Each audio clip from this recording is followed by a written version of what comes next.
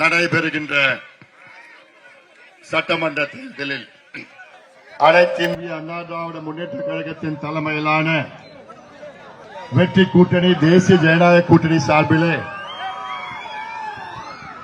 மயிலாடுதுறை சட்டமன்ற தொகுதியிலே பாட்டாளி மக்கள் கட்சியின் வெற்றி வேட்பாளர், இந்த மண்ணுக்கு சொந்தக்காரர், கடந்த 30 ஆண்டு காலமாக இந்த மண்ணுக்காக, இந்த மக்களுக்காக, குறிப்பாக விவசாயிகளுக்காக உழைத்துக் கொண்டிருக்கின்ற பாட்டாளி மக்கள் கட்சியின் மாவட்ட செயலாளர், அதே வேளையிலே கடந்த சட்டமன்ற தேர்தலில் போட்டியிட்டு சொற்ப வாக்குகள் வித்தியாசத்திலே வெற்றி பெற முடியாத ஒரு சூழல், இன்று இந்த தொகுதியிலே மீண்டும் போட்டியிட்டு இதோ உங்கள் முன் நின்று கொண்டு இரு கரங்களை கூப்பி எனக்கு எல்லாரும் வாய்ப்பு, மீண்டும் எனக்கு ஒரு வாய்ப்பு தாருங்கள் என்று சொல்லுகின்ற நம்முடைய வெற்றி வேட்பாளர் பழனிசாமி அவர்களை நீங்கள் எல்லோரும் ஆதரவளித்து மாம்பழம் சின்னத்தில் வாக்களித்து அவரை வெற்றி பெற செய்யுமாறு உங்கள் பணியோடு பாசத்தோடு உரிமையோடு கேட்டுக் கொள்கின்றேன். அதே போன்று அருகில் உள்ள சீர்காழி சட்டமன்ற தொகுதியில்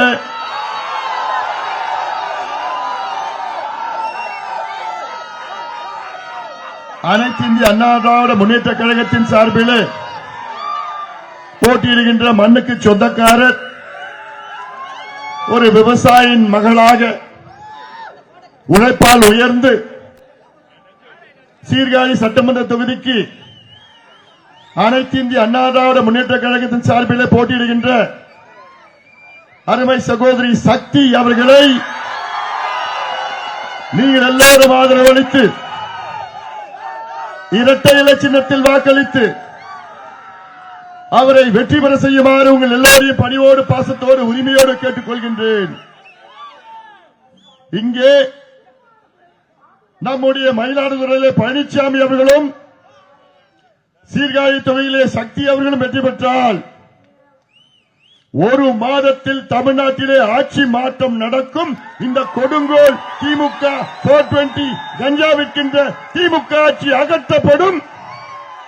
அடுத்த மாதம் சென்னையிலே சேஞ்சாஜ் கோட்டையிலே எடப்பாடி பழனிசாமி அவர்கள் தமிழ்நாட்டின் முதலமைச்சராக வருவார்கள்.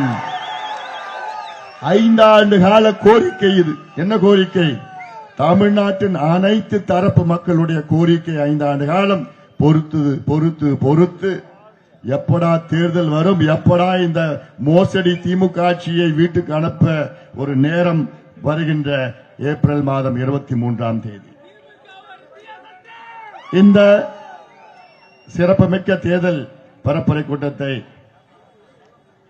சிறப்பாக நடத்தி கொண்டிருக்கின்ற அனைத்து இந்திய அண்ணா திராவிட முன்னேற்ற கழகத்தின் பொறுப்பாளர்கள் ராதாகிருஷ்ணன் அவர்களும், சந்தோஷ்குமார் அவர்கள், சிலம்பரசன் அவர்கள், நாஞ்சில் கார்த்திக் அவர்கள், தொல்காப்பியன் அவர்கள், ராஜா அவர்கள், MC பாலு அவர்கள், செந்தமிழ் செல்வன் அவர்கள், MRS சங்கர் அவர்கள், பாலு அவர்கள், வழக்கறிஞர் ராஜேந்திரன் அவர்கள், பாரிவள்ளல் அவர்கள், சங்கர் பிள்ளை, சேந்தை மதியழகன், முடிபாலன், மயில்வாகனம், கமலேஷ், தமிழ்ச்செல்வன், மூவேந்தர் முன்னேற்ற கழகத்தின் செயலாளர்கள், பாட்டாளி மக்கள் கட்சியின் தாமரை கண்ணன் அவர்கள், குத்தாலம் கணேசன் அவர்கள், காசி பாஸ்கரன் அவர்கள், VCK காமராஜ் அவர்கள், GV முருகவேல் அவர்கள், விமல் அவர்கள், கோசு மணி அவர்கள், வழக்கறிஞர் பாரி அவர்கள், மணிகண்டன், இளையராஜா, பிரேம்குமார், வேல்முருகன், அருள்மணி, சொக்கலிங்கம், பாலு, ஆறுமுகம், ராஜேந்திரன்,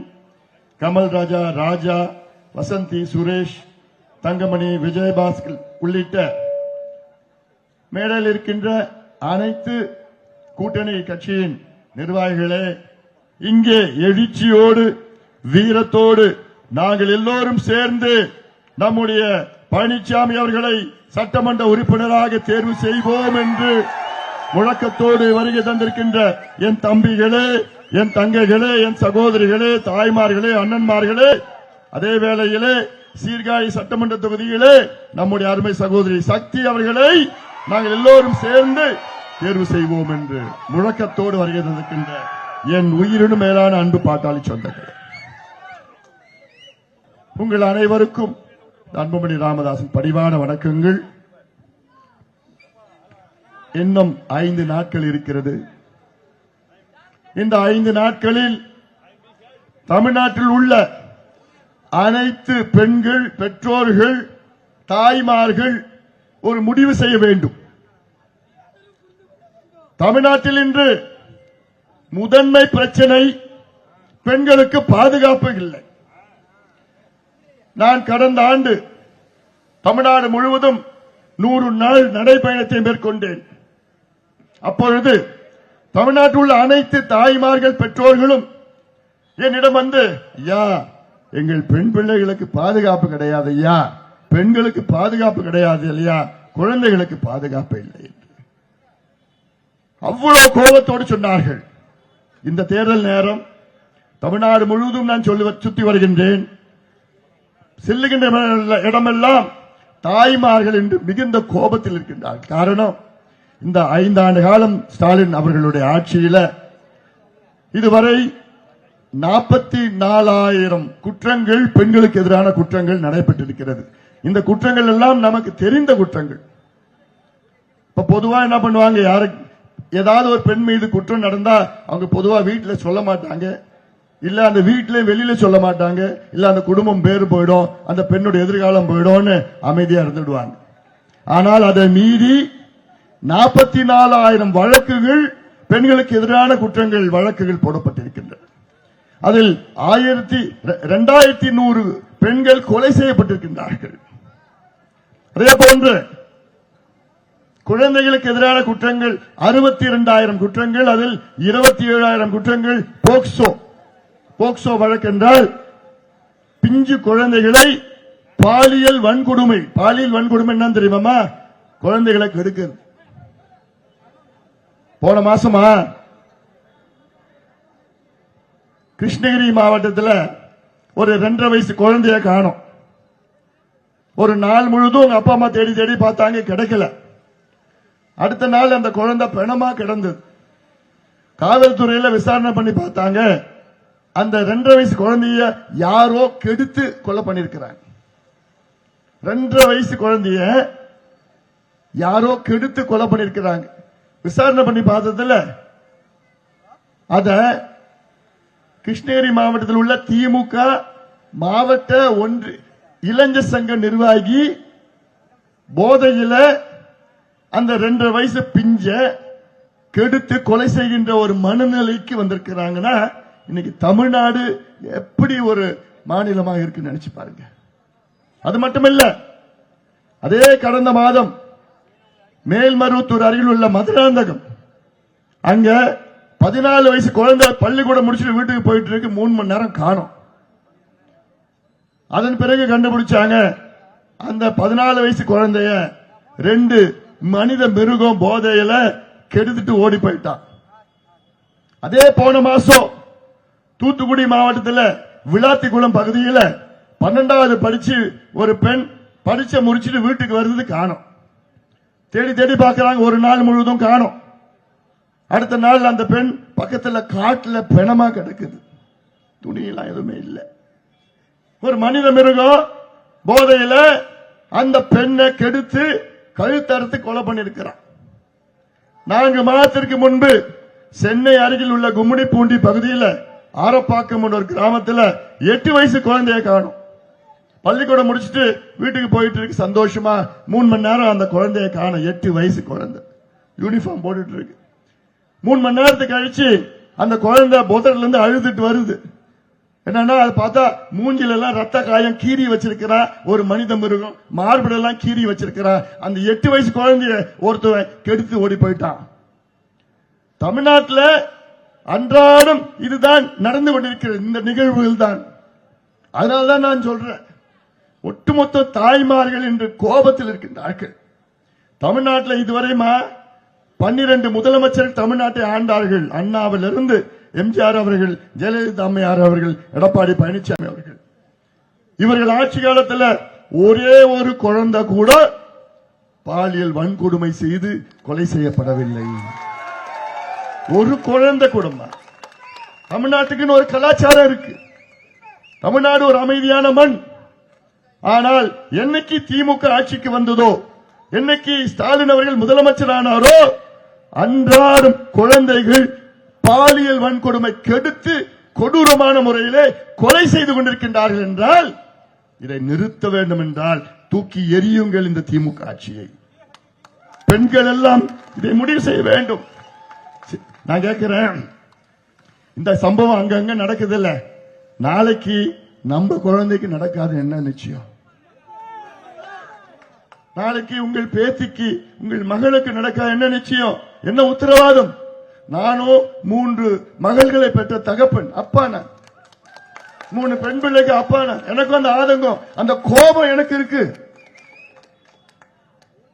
ஒரே ஒரு உத்தரவாதம், உங்கள் பெண் பிள்ளைகள் தமிழ்நாட்டில் பெண்கள் பாதுகாப்பா இருக்க வேண்டும் என்றால் அதற்கு ஒரே வழி, எடப்பாடி பழனிசாமி அவர்கள் தமிழ்நாட்டு முதலமைச்சராக வரணும். ஆட்சி மாற்றம் நடக்கணும். திமுக ஆட்சியை தூக்கி எறியணும். அதுதான் ஒரே உத்தரவாதம். அப்படிதான் உங்களுக்கு பெண்களுக்கு பாதுகாப்பு வழங்க முடியும். இதெல்லாம் நீங்கள் சிந்தித்து பாருங்கள். அது மட்டும் இல்லமா, 3 நாளுக்கு முன்னாடி முதலமைச்சர் ஸ்டாலின் அவர்கள் கருப்பு சட்டம் போட்டுக்கிட்டு ஒரு சட்ட மசோதா, மத்திய அரசு மோடி அவர்கள் பெண்களுக்கு இடஒதுக்கீடு வழங்க வேண்டும் என்று ஒரு சட்ட மசோதாவை கொண்டு வந்தார் நாடாளுமன்றத்தில். இந்த சட்ட மசோதா பெண்களுக்கு சட்டமன்றத்திலும் நாடாளுமன்றத்திலும் இடஒதுக்கீடு வழங்குகின்ற ஒரு சட்டம்.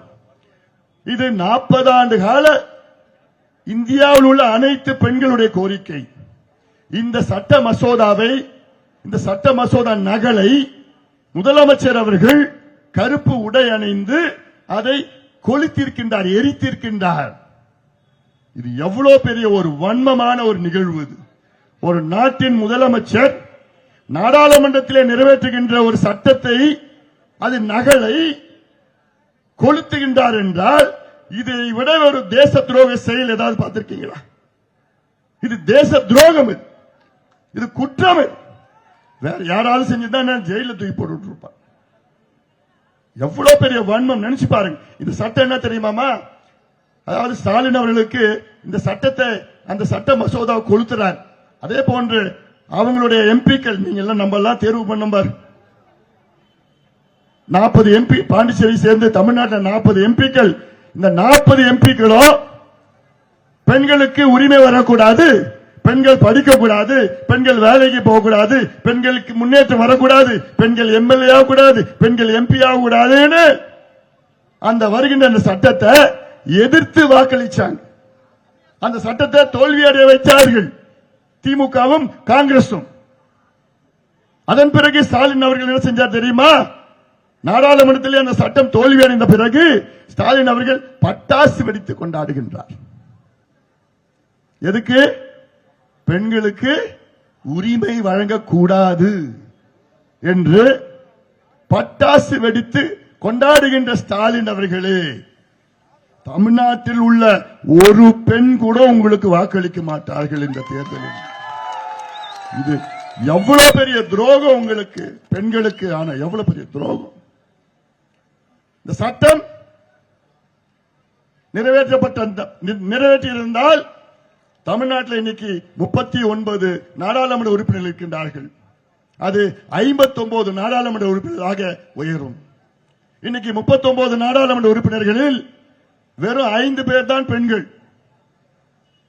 இந்த சட்டம் நிறைவேறியிருந்தால் 39 59 உயர்ந்து அதில் 20 பேர் பெண்கள், 20 பெண்கள் நாடாளுமன்றத்துக்கு செல்வார்கள். அதை பொறுத்துக் கொள்ளாத ஸ்டாலின் அவர்களுக்கு அவர் தங்கச்சி மட்டும்தான் எம்பி ஆகணும். மற்றபடி பாட்டாளிகள், தொழிலாளர்கள், மீனவர்கள், பட்டியலின மக்கள், உழைக்கின்ற மக்கள், பாமர மக்கள் எல்லாம் எம்பி ஆகக்கூடாது. அதுதான் வன்மமான ஒரு எண்ணம் பாருங்க ஸ்டாலின் அவர்களுக்கு. ஒரு பக்கம் நீ பாதுகாப்பு வழங்க முடியல பெண்களுக்கும் குழந்தைகளுக்கும், அடுத்த பக்கம் பெண்கள் படிக்க கூடாதா, பெண்கள் வேலைக்கு போக கூடாதா, பெண்கள் முன்னேறக்கூடாதா, பெண்கள் எம்எல்ஏ ஆகக்கூடாதா, பெண்கள் எம்பி ஆகக்கூடாதா, அந்த சட்டத்தை தடுத்து நிறுத்தி அந்த சட்ட நகலை கொளுத்துகின்ற ஸ்டாலின் அவர்களே, இன்னும் 5 நாள் தான் உங்க காலம்.